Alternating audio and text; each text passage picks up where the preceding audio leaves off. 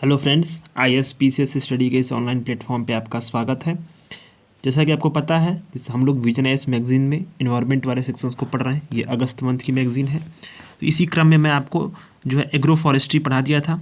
आज हम पढ़ा रहे हैं आपको coastal aquaculture authority amendment act 2023। नया अमेंडमेंट हुआ है इस एक्ट में, इसको पढ़ते हैं। 2 आर्टिकल कवर करेंगे क्योंकि 2 ही बचा हुआ है। इसके बाद हम लोग साइंस एंड टेक पढ़ना है तो हमारा मैगजीन ख़त्म हो जाएगा, इसमें कुछ है नहीं। तो अब देखिए, आज ये दिया है कि संसद ने तटीय जल कृषि प्राधिकरण संशोधन विधेयक 2023 को पारित किया, ठीक, अगस्त मंथ में जो मानसून सत्र था। इसके जरिए सरकार क्या करेगी, तटीय जल कृषि प्राधिकरण संशोधन अधिनियम 2005 में उसमें संशोधन करेगी। ये CAA है, यानी वो सिटीजनशिप अमेंडमेंट एक्ट नहीं है, ये तटीय जल कृषि प्राधिकरण है, कोस्टल एक्वाकल्चर अथॉरिटी, ये वाला एक्ट है, ठीक है, इसको ध्यान देना है। तो पृष्ठभूमि इसको जानते हैं कि पृष्ठभूमि इसकी है क्या। तो तटीय क्षेत्रों में, जो भारत का जो तटीय क्षेत्र है, ये वाला रीजन, ठीक, ये क्या है, ये जलीय कृषि से जुड़ी हुई जो भी गतिविधियां उसको विनियमित करने के उद्देश्य से तटीय जल कृषि प्राधिकरण की स्थापना हेतु 2005 में तटीय जल कृषि प्राधिकरण अधिनियम 2005 को पारित किया गया था। किस चीज़ को विनियमित करने के लिए, तटीय जलीय कृषि प्राधिकरण की स्थापना हेतु और उसकी गतिविधियों को, ठीक है। इसके लिए 2005 में तटीय जल कृषि प्राधिकरण अधिनियम 2005 को पारित किया गया। इस प्राधिकरण का उद्देश्य क्या था कि जो तटीय क्षेत्र है उसमें तटीय जल कृषि के व्यवस्थित विकास को बढ़ावा दिया जाए और तटीय पर्यावरण की रक्षा की जाए, इसका मुख्य उद्देश्य था। तो तटीय जल कृषि होती क्या है ये आप जान लीजिए। इसके तहत क्या होता है कि इस तटीय क्षेत्रों के अंतर्गत जो तालाब होते हैं, बाड़े होते हैं और अल जल निकायों में नियंत्रित दशाओं में लवड़ी या खाड़े में श्रिम्प, झींगा मछली या अन्य जलीय जीव का क्या होता है, पालन होता है, ठीक है। हालांकि इसमें जो मैं ग्रीन से रेड किया उसमें क्या लिखा है, इसमें ताजे जल में की जाने वाली जो जलीय कृषि होती है, फ्रेश वाटर एक्वाकल्चर, ये इसमें शामिल नहीं होती है। क्यों नहीं होती है, क्योंकि क्या है, यहाँ पे लवड़ी यानी कि सैलिनिटी जो है और खारे पानी वाला जो होता है वो जलीय कृषि इसमें शामिल होती है, ठीक। फ्रेश एक्वाकल्चर इसमें शामिल नहीं होता है, इस बात को आपको ध्यान देना है। यह तटीय विनियामकी क्षेत्र के भीतर और उसके भीतर भी तटीय जल कृषि के निरंतर संचालन की क्या करता है, सुविधा प्रदान करता है, ठीक। इसमें क्या है, अपंजीकृत फॉर्म्स या प्रतिबंधित क्षेत्रों में स्थापित फॉर्म्स पर दंड लगाने का क्या किया गया है, प्रावधान किया गया है, ठीक। 2005 में क्या है, श्रिम्प ही है, जो श्रिम्प होता है, श्रिम्प पालन क्या है, मुख्य तटीय जल कृषि गतिविधि थी। इसके अब क्या है कि तटीय जल कृषि के पर्यावरण अनुकूल कई सारे नए रूप आए हैं, जिसमें क्या है, अधिकांश को तटीय विनियमन क्षेत्र CRZ यानी कोस्टल रेगुलेशन जोन के भीतर और तटीय क्षेत्रों में इसको संचालित किया जा सकता है। मैं बता दूं इसमें मुख्य चीज़ क्या है, इसमें क्या है कि बता रहा है कि जो तटीय क्षेत्र है, ठीक है, यह तटीय विनियामकी क्षेत्र के भीतर और तटीय विनियामकी क्षेत्र के भीतर और उसके बाहर भी क्या है, जलीय कृषि की जो निरंतर संचालन है उसकी सुविधा को ये एक्ट प्रदान करता है। इस एक्ट में 2005 में क्या था कि अपंजीकृत और पंजीकृत फॉर्म्स से अधिक पे जो है क्या है, अपंजीकृत फॉर्म्स पे दंड लगाना, उसे प्रतिबंधित करना, इसका मुख्य कारण था, मुख्य उद्देश्य था। 2005 में इसकी क्या है, श्रिम्प पालन जो था इसका मुख्य जलीय कृषि थी। मुख्य जलीय कृषि क्या थी, श्रिम्प पालन। हालांकि क्या है, अब ये दिया है कि तटीय जल कृषि के पर्यावरण अनुकूल कई सारे रूप आए, मतलब पर्यावरण के अनुरूप कई सारे रूप आए हैं जो इसके पर्यावरण के अनुकूल हैं, पारिस्थितिकी तंत्र को ये मजबूत करते हैं, ठीक है। तो इसमें क्या है, अभी और देखिए कि इसी के साथ साथ क्या हुआ, जब अन्य रूप आया तो 2005 के अधिनियम के कुछ प्रावधानों में संशोधन करने और जो अस्पष्टताएं थी उसको दूर करने की मांग की गई, ठीक। तो इससे क्या होगा, इससे अधिनियम प्रासंगिक बनेगा और विनियामकी बोझ में भी कम करने में मदद मिलेगी, ठीक है। तो अब हम जानते हैं भारत की जो क्या है कि डेटा बैंक। तो आंसर की शुरुआत कहाँ से करेंगे, इसमें कुछ चीज़ें अगर देख लीजिए आप, तो भारत क्या है, विश्व में तीसरा सबसे बड़ा मछली उत्पादक देश है।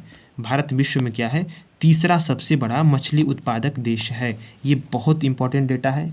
किस लिए इंपॉर्टेंट है, चूँकि क्या है कि यहाँ से आपको पता चल रहा है कि हमारा मछली उत्पादन क्या है, ये प्री के लिए इंपॉर्टेंट हो गया।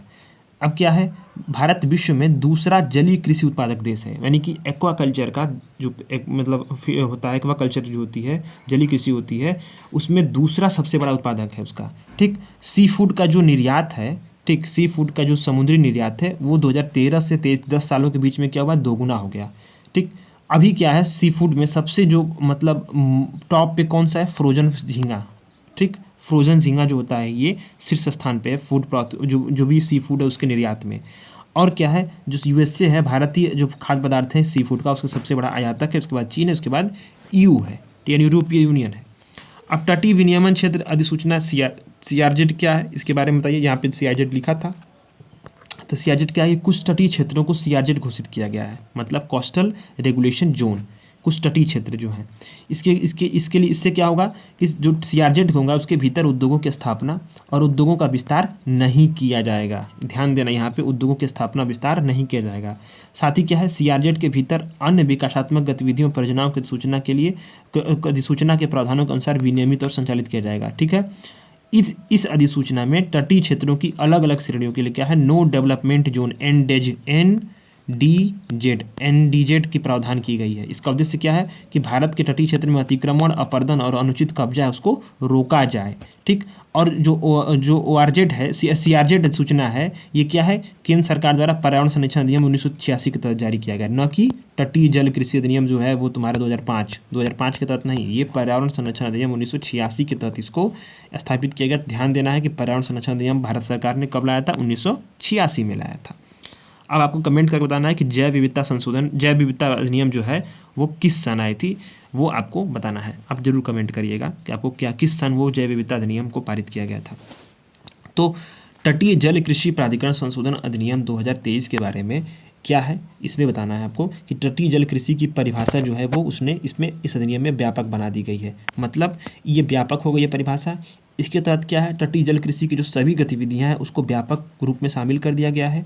जो अन्य प्रकार के मौजूदा अस्पष्टताएं थी उसको दूर किया गया है, जैसे कि नए प्रकारों में cage culture, seaweed culture, bivalve culture, marine ornamental fish culture, pearl oyster culture इत्यादि को क्या किया गया है, बढ़ावा दिया गया है। ठीक, अब क्या है, तटीय जल कृषि प्राधिकरण अधिनियम के प्रावधानों के तहत क्या है, पंजीकरण मान्य होगा और सीआर अधिसूचना के तहत वैध भी माना जाएगा। अब इसके तटीय जल कृषि प्राधिकरण के अन्य कार्य क्या है कि जलीय कृषि इकाइयों के लिए इनपुट्स और इसके होने वाले जो लीकेज है उसके लिए क्या है, मानक तय किए जाएँ। पर्यावरण के नज़रिए से क्या है, हानिकारक इनपुट्स के उपयोग पर क्या की जाए, रोक लगाई जाए। ठीक, इकाइयों और इनपुट्स के उत्सर्जन की निगरानी किया जाए, उसका रेगुलेशन किया जाए, यानी विनियमन किया जाए। ठीक है, विनियमन किया जाए। हाँ, इसके बाद क्या है, अवैध जल कृषि को अपराध की श्रेणी से बाहर करके इसके लिए जुर्माने पर लगा दिया गया। मतलब अब ये क्या है, अपराध नहीं है बल्कि इसके लिए जुर्माना भरना पड़ेगा। ठीक है, अपराध की श्रेणी से इसको बाहर कर दिया गया है। कोस्टल रेगुलेशन जोन के क्षेत्रों में कुछ निश्चित जल कृषि गतिविधियों की अनुमति दी गई है। मतलब ये अधिनियम क्या, संकरी खाड़ी नदियों और पश्च जल के बफर जोन और समुद्र के एनजेड में, नो डेवलपमेंट जोन में, ठीक है, हैचरी, न्यूक्लियस प्रजनन क्षेत्रों और ब्रूड स्टॉक मल्टीप्लिकेशन सेंटर्स की स्थापना करने की अनुमति देता है। ठीक है, ये सब क्या चीज़ें हैं, ये सब है जो समुद्री जो जीव होते हैं उसके बारे में, जो केंद्र होते हैं और अन्य जीव उसके बारे में ये बता रहा है। ठीक है, अब इसके तहत क्या है कि तटीय जल कृषि में मानव स्वास्थ्य के लिए हानिकारक एंटीबायोटिक क्रोमोलॉजिकली एक्टिव सब्सटेंस के उपयोग पर रोक लगा दी गई है। जैव सुरक्षा को बढ़ावा दिया गया है। ठीक, तो इसका महत्व क्या है, ध्यान देना है। सबसे इंपॉर्टेंट बात यह है कि तटीय जल कृषि अधिनियम 2023 का महत्व क्या है। ठीक, तो महत्व यह है कि तटीय जल कृषि के संधारणीय क्षेत्रों का संधारणीय विकास, यह उत्पादन, उत्पादकता, निर्यात, पहचान क्षमता, प्रतिस्पर्धात्मकता और उद्यमशीलता को बढ़ावा देता है। यह प्राधिकरण को शक्ति भी देता है। प्रदूषण द्वारा भुगतान के सिद्धांत सहित तटीय जल कृषि संबंधित गतिविधियों को विनियमित करने और पर्यावरण संबंधी नियमों का पालन करने की अतिरिक्त शक्ति भी प्रदान करता है। ठीक है, व्यापार करने में सुगमता, यह क्या करता है, कई अपराधों को अपराध के दायरे से बाहर कर देता है। पर्यावरण अनुकूल नई तटीय जल कृषि को यह क्या करता है, बढ़ावा देता है। केज कल्चर, सीवीडी की आदि कृषि को बढ़ावा देता है। ठीक, और रोजगार सृजन, इसके तहत क्या, तटीय क्षेत्रों में रहने वाले मछुआरों समुदाय में विशेषकर महिला मछुआरों के लिए रोजगार के अवसर को करने में मदद मिलता है। ठीक है, अब इसके बाद क्या, समर्पित सुविधाओं का विकास करना। इसमें क्या है, समुद्री जल तक सीधी पहुंच वाले क्षेत्रों में समर्पित सुविधाओं के विकास पर जोर दिया गया है। निर्यात के लिए एंटीबायोटिक फार्माकोलॉजिकली के उपयोग पर रोक लगा दी गई, एंटीबायोटिक दवाओं पे। ठीक है, इसमें क्या है, WTO के गैर टैरिफ बाधाओं के प्रभाव को कम करने में मदद मिलेगी और निर्यात में भी क्या होगा, सुधार होगा। तो कई सारे मुद्दे भी हैं। अब ये क्या है कि तटीय जल कृषि प्राधिकरण द्वारा अप्रभावी कार्य किया गया है। कैग की एक रिपोर्ट के अनुसार क्या है कि अपने ही कार्यों को करने के लिए जो प्राधिकरण है कुशल जनशक्ति और बुनियादी सुविधाओं की कमी का सामना कर रहा है। गहन तटीय जल कृषि को बढ़ावा देना, इससे क्या है कि पर्यावरण पर प्रतिकूल प्रभाव पड़ेगा। भूमि और कुआओं का जो साल्टिफिकेशन होगा और बाढ़ के दौरान जो है जल निकासी में भी बाधा उत्पन्न होगी। तो निष्कर्ष हम क्या कर सकते हैं कि जो तटीय जल कृषि प्राधिकरण संशोधन अधिनियम 2023 है, देश में तटीय जल कृषि को बेहतर और आधुनिक बनाने का प्रयास करता है। यह भारत को दुनिया में भर में समुद्री उत्पाद का एक प्रमुख निर्यात बनने की दिशा में उचित कदम साबित हो सकता है। हमें जल कृषि संबंधी गतिविधियों को बढ़ावा देने और ऐसी गतिविधियों से होने वाले पर्यावरणीय क्षति को कम करने के संतुलन की आवश्यकता पड़ सकती है। ये सारी बातें यहाँ पे लिखी गई हैं। समुद्री कृषि को बढ़ावा देने के लिए भारत सरकार ने कुछ प्रयास भी किए हैं। प्रधानमंत्री मत्स्य संपदा योजना, ये बहुत इंपॉर्टेंट है अंतर्देशीय और जल कृषि गतिविधियों में बढ़ावा देने के लिए। ठीक है, नीली क्रांति, भारत सरकार मत्स्य पालन और जलीय कृषि को बढ़ावा दे रही है। और marine product export development authority, marine product export development authority क्या है, 1972 में समुद्री उत्पाद के निर्यात बढ़ावा देने के लिए एक वैधानिक निकाय का गठन किया गया था। इंपॉर्टेंट प्री के लिए यहाँ पे है, वैधानिक निकाय है, एक वैधानिक निकाय। Marine product and export development authority क्या है, एक वैधानिक निकाय है। और ये किसके है, वाणिज्य और उद्योग मंत्रालय के अंतर्गत आता है। तो ये प्री के लिए इंपॉर्टेंट, बहुत इंपॉर्टेंट है, इसको ध्यान दीजिएगा, यहाँ यूपीएससी फंसा देगा प्रश्न बना करके। तो ये मंत्रालय और वैधानिक निकाय दोनों को याद रखना है यहाँ पे। ठीक है, अब ये चीज़ें यहाँ से हो गई हैं। अब आता है आपका एक आर्टिकल है, इंपॉर्टेंट है, इसलिए मैं आज थोड़ा सा बिजी हूँ, तो मैंने सोचा नहीं, क्लास कंटिन्यू करना ज़रूरी है, तो इसी वक्त मैं आपको ये पढ़ा रहा हूँ। तो वाटर ट्रेडिंग के बारे में ये बताया गया इसमें कि नीति आयोग ने क्या किया है, उपचारित अपशिष्ट जल के पुनः उपयोग को बढ़ावा देने के लिए वाटर ट्रेडिंग मैकेनिज्म पे क्या किया है, एक दस्तावेज को जारी किया है। किसने, नीति आयोग ने। ठीक है, उपचारित अपशिष्ट जल के पुनः उपयोग को बढ़ावा देने के लिए, मतलब reused of treated waste water को। तो वाटर ट्रेडिंग मैकेनिज्म क्या होती है, यह वाटर ट्रेडिंग मैकेनिज्म, ठीक है, तो ध्यान देना है कि यह जल को क्या है, सार्वजनिक वस्तु मानने के बजाय क्या करती है, एक कमोडिटी के रूप में मान्यता देती है। मतलब हम जल को क्या मानते हैं, एक सार्वजनिक वस्तु मानते हैं, मतलब जिस पे कॉमन सबका अधिकार है। पर ये जो वाटर ट्रेडिंग मैकेनिज्म है, इसको खरीद बिक्री योग क्या बोलता है, एक वस्तु मान लेता है। ठीक है, एक ट्रेडिंग वस्तु मान लेता है। इसके तहत क्या है कि जो उपयोगकर्ताएं हैं उसके मध्य उनकी आवश्यकता जो होगी उसके अनुसार जल का व्यापार किया जा सकेगा। अब इसके लिए मैकेनिज्म क्या है, कोई जल कंपनी किसी तीसरे पक्ष से जल को खरीदती है और उपयोगकर्ताओं को बेचती है। अब स्वयं का जल स्रोत निर्मित नहीं करेगी, तीसरे पक्ष से जल को खरीदेगी। ठीक है, अब वाटर ट्रेडिंग को बढ़ावा देने के जो आवश्यक घटक है उसके लिए क्या होना चाहिए, जल का स्वामित्व। इसको लेकर स्पष्टता होनी चाहिए किसके पास है जल का अधिकार, कि इसको हस्तांतरित किया जा सकता है जल का अधिकार को। और जल का पुनः उपयोग यानी वाटर रीयूज सर्टिफिकेट WRC का प्रयोग क्या है, इसके व्यापार योग्य परमिट के रूप में किया जा सकता है। ठीक, अब एक बात जानिए कि WRC यानी वाटर रीयूज सर्टिफिकेट क्या होते हैं। व्यापार प्रणाली के तहत नगर पालिका, आवासीय, औद्योगिक, कृषि क्षेत्रकों सहित सभी क्षेत्रकों में जल उपयोगकर्ताओं को पंजीकृत किया जाएगा। ठीक, और प्रत्येक उपयोगकर्ता के लिए जल के पुनः उपयोग हेतु लक्ष्य को निर्धारित किया जाएगा। अब जो जल उपयोगकर्ता हैं अपने WRC को खुले बाजार में बेचेंगे और अपशिष्ट जल के पुनः उपयोग संबंधी लक्ष्यों को पूरा करने के लिए दूसरे जल उपयोगकर्ता क्या करेंगे, जो खुले बाजार में WRC को खरीद लेंगे। ये इसका मैकेनिज्म काम करने का है। तो ऐसा क्यों किया जा रहा है, उपचारित जल के जो अपशिष्ट जल का पुनः उपयोग क्यों किया जा रहा है, क्यों आवश्यकता इसकी है। तो हमें ध्यान देना है कि बढ़ता शहरीकरण ये बहुत बड़ा रीजन है। शहरीकरण का जिस तरह से विस्तार हो रहा है, एक प्रमुख रीजन ये है कि भारत में लगभग 40% जो शहरी अपशिष्ट जल का ही उपचार किया जाता है। तो ऐसे उपचारित जल का क्या है, पुनः उपयोग नहीं किया जाता। ठीक, जल की असमान उपलब्धता है, वार्षिक और क्षेत्रीय स्तर पर जल की उपलब्धता क्या है, काफ़ी अंतर है। जैसे कि वर्षा के 4 महीनों में 80% से अधिक वर्षा होती है और वो अधिक सा पानी वो मतलब वेस्ट हो जाता है। फिर इसके बाद वो चीज़ें हमें फिर वर्ष भर क्या है, हमें पानी की किल्लत झेलने को मिलती है। जल प्रबंधन क्षेत्र में निजी क्षेत्र की भागीदारी बिल्कुल कम है, जिसमें 2002 से 2012 की राष्ट्रीय जल नीति ने जल प्रबंधन क्षेत्र में निजी क्षेत्र की भागीदारी को शुरू करने और PPP मॉडल को बढ़ाने की पर इसको जोर दिया है। ठीक है, बढ़ता जल प्रदूषण क्या है, कृषि अपवाह सहित अपशिष्ट जल क्या है, जल प्रदूषण का प्रमुख कारण है और यह मानव और पारिस्थितिकी तंत्र के स्वास्थ्य को काफ़ी अधिक प्रभावित करता है। ठीक, वैश्विक स्तर पर क्या है कि अपशिष्ट जल की लगभग 80% से अधिक मात्रा जो है जल निकाय में बिना उपचार किए ही इसको छोड़ दी जाती है। जल की कमी से निपटना क्या है, विश्व स्वास्थ्य राष्ट्र संयुक्त राष्ट्र विश्व जल रिपोर्ट 2023 के अनुसार क्या है, जल संकट से प्रभावित लोगों की संख्या एशिया में सर्वाधिक है, विशेष रूप से पूर्वोत्तर चीन और भारत में जल संकट की स्थिति सबसे अधिक प्रभावित है इसमें। तो भारतीय कृषि में जल उपयोग की दक्षता का भी कम होना एक प्रमुख कारण है। क्या है कि भूजल निकासी का लगभग 89% का हिस्सा सिंचाई के लिए हो रहा है, 60%, जिसमें भी 60% से अधिक हिस्सा धान और गन्ना की फसलों के लिए। ठीक, तो क्या है कि कृषिगत उत्पादों का निर्यात करने से भारत का जल का एक बहुत बड़ा वर्चुअल नेट एक्सपोर्टर भी है। तो ये सारी चीज़ें जो हैं ये अच्छा, वर्चुअल वाटर, एक बात याद करिए, वर्चुअल वाटर जो टर्म है।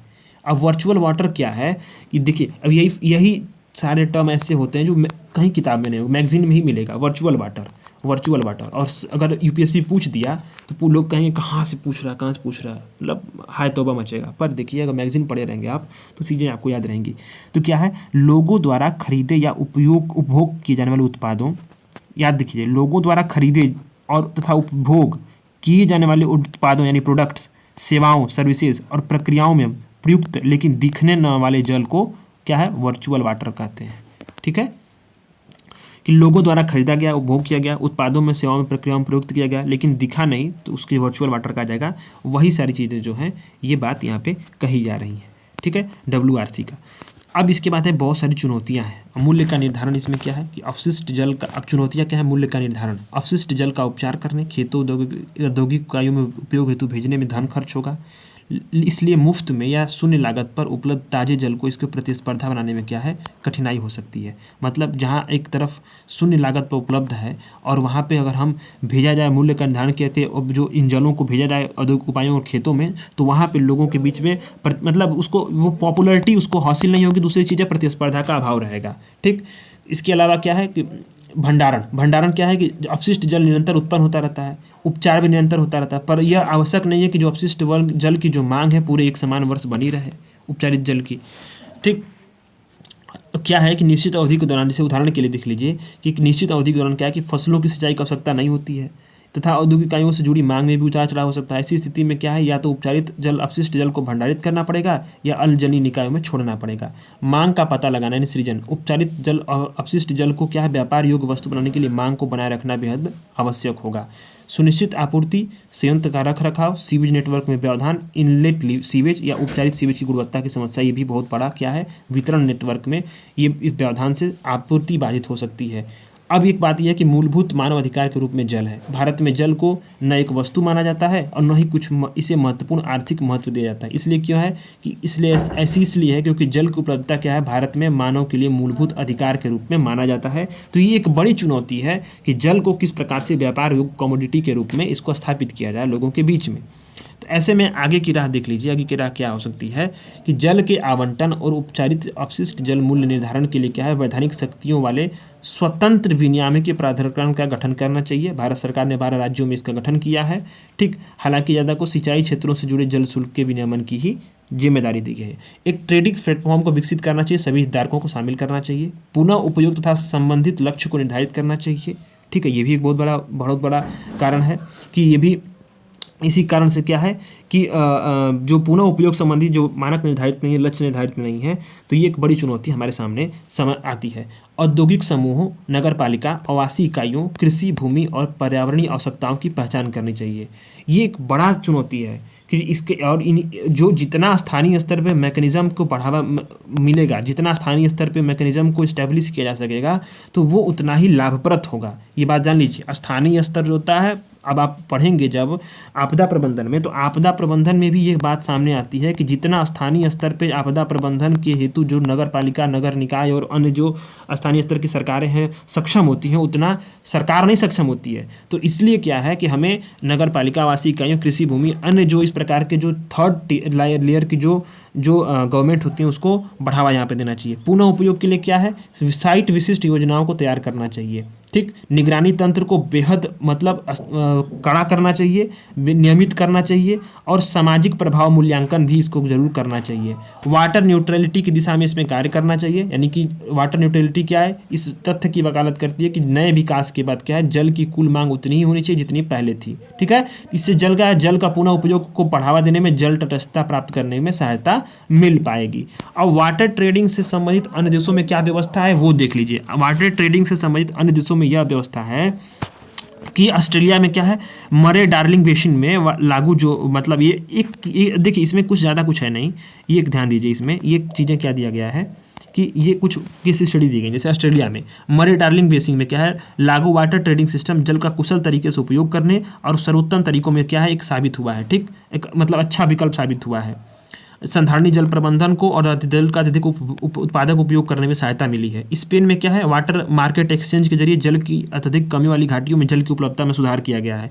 साउथ अफ्रीका में क्या है, यहाँ पर दुनिया का सबसे बेहतर वाटर फ्रेमवर्क लागू है। ठीक, इस सिस्टम को दूसरे जगह पर भी इस्तेमाल किया जा सकता है। तो ये सब चीज़ें क्या है, ये एक केस स्टडी है जो ये बताती हैं कि जो इन सारे देशों में ये विकल्प उपलब्ध है, इसके लिए हमें ये करना चाहिए। ठीक है, तो फसल विविधीकरण ये क्या है, ये भी एक कृषि में जल संकट की समस्या के समाधान के लिए इसके तहत क्या करते हैं, अनाज, दाल, सब्जियां, फलों, तिलहन की बढ़ती मांग को पूरा करने के लिए किस क्षेत्र में किसी एक फसल की खेती की जगह कई फसल की खेती को उपलब्ध की जाती है। इससे क्या होगा, मृदा के स्वास्थ्य में सुधार होगा, कृषि पारिस्थितिकी तंत्र के बेहतर संतुलन भी स्थापित होगा, साथ साथ जो है जल संरक्षण भी हो सकेगा। तो ये कृषि में जल संकट की समस्या के लिए फसल विविधीकरण एक प्रमुख उपाय हमारे सामने हो सकता है। इस संदर्भ में जो अन्य उपाय किए गए हैं उसको भी देख लेना जरूरी है कि फसल विविधीकरण कार्यक्रम सरकार ला रही है राष्ट्रीय कृषि विकास योजना की उपयोजना के तहत।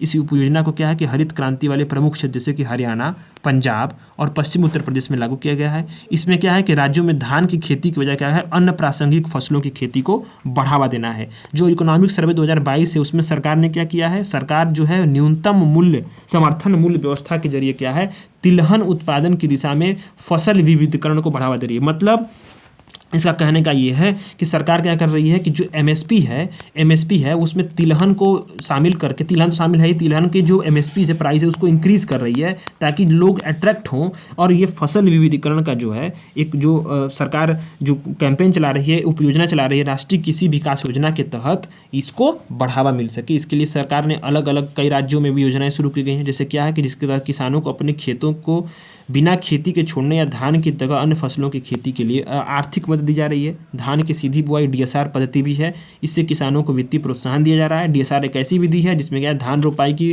पारंपरिक तरीके की तुलना में जल की खपत जो होती है वो बिल्कुल कम होती है। डीएसआर के बारे में क्या, डायरेक्ट सीडेड राइस, मतलब डायरेक्ट सीडेड राइस वो एक पद्धति है। अब इसका महत्व क्या हो सकता है, महत्व ये है कि हरियाणा में क्या है, इन पहलों से 2022 में खरीफ जो फसली मौसम थी उसमें क्या 72,000 एकड़ भूमि पर डीएसआर के तहत इसको शामिल किया गया, जिससे क्या 31,500 करोड़ लीटर जल की बचत हुई। ये बहुत बड़ा मतलब संख्या, 31,500 करोड़ लीटर जल की बचत हुई है मात्र 72,000 एकड़ की भूमि पर। अब क्यों है, क्योंकि धान क्या है, हरियाणा और पंजाब की नेचुरल क्रॉप तो है ही नहीं। अब मोनोक्रॉपिंग करने से ये भी मिट्टी की उर्वरता और उसकी संरचना पर प्रतिकूल प्रभाव पड़ता है। ऐसे में बहुत सारी चिंताएं भी हैं। क्या कि यह किसानों की आय और भारत सरकार की खास सुरक्षा को नुकसान पहुंचा सकता है। हरित क्रांति वाले क्षेत्रों में किसानों को होने वाले जो नेट प्रॉफिट है उसमें मक्की की बजाय धान की खेती के लिए उसे प्रोत्साहित कर सकता है। और फसल विविधीकरण के लाभों के बारे में किसानों के बीच क्या है, जागरूकता का अभाव है, जिससे क्या है, लीक से हटकर वे नई जो तकनीक है, नई पद्धतियाँ हैं उसको अपनाने से हिचक रहे हैं, डर रहे हैं। ठीक है, हिचक रहे हैं, उसको डर रहे हैं। ठीक है, ये सारी चीज़ें, इसलिए हमें जागरूकता फैलाना बेहद आवश्यकता है। तो ये हमारा जो है वो कंटेंट कंप्लीट हो गया। बस 1-2 आर्टिकल और बचा हुआ उसको इन्वायरमेंट उसको कंप्लीट करेंगे और कल से हम लोग साइंस एंड टेक पे शुरू करेंगे। साइंस एंड टेक बहुत इंपॉर्टेंट है। साइंस एंड टेक कंप्लीट करने के बाद मैगजीन में लगभग ऑलमोस्ट सारी चीज़ें खत्म हो जाएंगी और आपको ज़्यादा कुछ उसमें कंप्लीट करना नहीं है। ठीक है, तो वीडियोज़ को लाइक कर दीजिएगा, चैनल को सब्सक्राइब कर दीजिएगा। डेली मैगजीन्स की क्लासेस होती हैं और दोपहर में आप जुड़ सकते हैं जीएस की क्लासेस के लिए। धन्यवाद।